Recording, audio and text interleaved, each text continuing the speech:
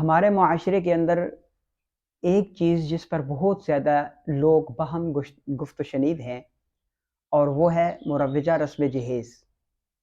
جہیز کا ہمارے اسلام کے اندر کیا تعلق ہے اور جہیز ہے کیا چیز؟ سب سے پہلی بات یہ ہے کہ جہیز ایک خالصتاً ہندوانہ رسم ہے، کیونکہ ہندو ازم کے اندر، ہندو مذہب کے اندر ان کے ہاں لڑکیوں کو، عورتوں کو وراثت سے بالکل حصہ نہیں دیا جاتا۔ وہ اپنی بیٹی کو، بہن کو جب گھر سے رخصت کرتے وقت وہ بھاری بھرکم جہیز کی صورت میں اسے سامان دے کر بالکل فارغ کر دیتے ہیں۔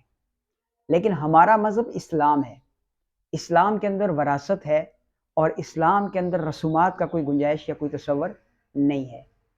ہمارے ہاں یہ جو معاشرے کے اندر رسم و رواج چل پڑے ہیں، یہ وہاں سے منتقل ہوئے ہیں۔ تو نبی کریم صلی اللہ علیہ وسلم نے 11 شادیاں کی ہیں۔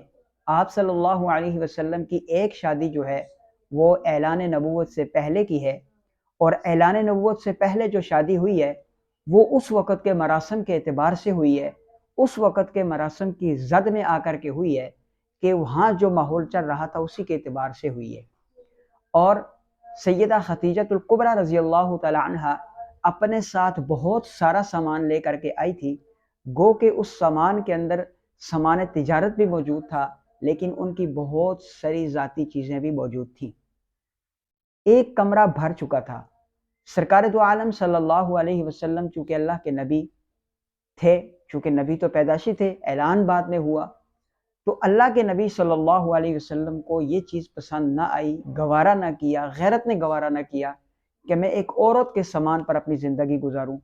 چنانچہ آپ صلی اللہ علیہ وسلم نے حضرت خدیجہ الکبریٰ رضی اللہ تعالی عنہ کی اجازت کے ساتھ اپنا وہ سارا سامان مکہ کے یتیموں، غریبوں اور مسکینوں میں تقسیم کر دیا۔ اعلان نبوت کے بعد آپ صلی اللہ علیہ وسلم کی 10 شادیاں ہوئی ہیں۔ ان 10 شادیوں کے اندر روایات میں یہ چیز موجود ہے کہ آپ صلی اللہ علیہ وسلم نے ساری بیویوں کو جہیز کا، ضرورت کا سامان خود مہیا کیا اور برابر کیا۔ جو چیز ایک بیوی کو دی وہ سب کو دی۔ پھر آپ صلی اللہ علیہ وسلم نے 4 بیٹیوں کی رخصتی کی ہے گھر سے۔ کسی ایک بیٹی کی رخصتی کے وقت بھی کسی ایک روپے کا سامان بھی آپ صلی اللہ علیہ وسلم نے اپنی طرف سے بحیثیت والد نہیں دیا۔ جو کہا جاتا ہے کہ سیدہ فاطمہ رضی اللہ تعالی عنہ کو جہیز دیا گیا، حقیقت میں وہ جہیز نہیں تھا، وہ حضرت علی رضی اللہ تعالی عنہ کے مہر کی رقم سے انہی کی ضرورت کا کچھ سامان تیار کیا گیا، چونکہ حضرت علی رضی اللہ تعالی عنہ آپ صلی اللہ علیہ وسلم ہی کی سرپرستی میں رہتے تھے۔ آپ کا کوئی الگ گھر نہیں تھا، کوئی آپ کا اور سرپرست نہیں تھا، آپ کی بچپن سے آپ کی پرورش میں رہتے تھے۔ تو آپ صلی اللہ علیہ وسلم نے حکم الہی سے اپنی بیٹی کا رشتہ حضرت علی سے طے کیا۔ طے کرتے وقت آپ صلی اللہ علیہ وسلم نے حضرت علی سے پوچھا کہ آپ کے پاس مہر دینے کے لیے کیا ہے؟ تو حضرت علی نے 3 چیزیں گنی، گھوڑا، تلوار اور زرہ۔ تو آپ صلی اللہ علیہ وسلم نے فرمایا یہ زرہ فروخت کر کے لاؤ۔ وہ 480 درہم کے اندر حضرت عثمان نے ان سے وہ زرہ خرید لی۔ تو یہ 480 درہم آپ صلی اللہ علیہ وسلم کے قدموں میں رکھے، ان سے آپ صلی اللہ علیہ وسلم نے یہ اہتمام کیا سرپرست ہونے کی حیثیت سے۔ اور آپ دیکھیں کہ آپ صلی اللہ علیہ وسلم کی دیگر بیٹیوں یا ازواج مطہرات کی کا میکسیمم جو مہر تھا وہ 480 درہم، 500 درہم یہی مہر تھا۔ تو یہ مہر مقرر ہوا۔ اگر ہم اس کو سنت قرار دیتے ہیں، اس عمل کو سنت قرار دیتے ہیں، تو بہت ساری خرابیاں لازم آتی ہیں، جن میں 2 خرابیاں سر فہرست ہیں۔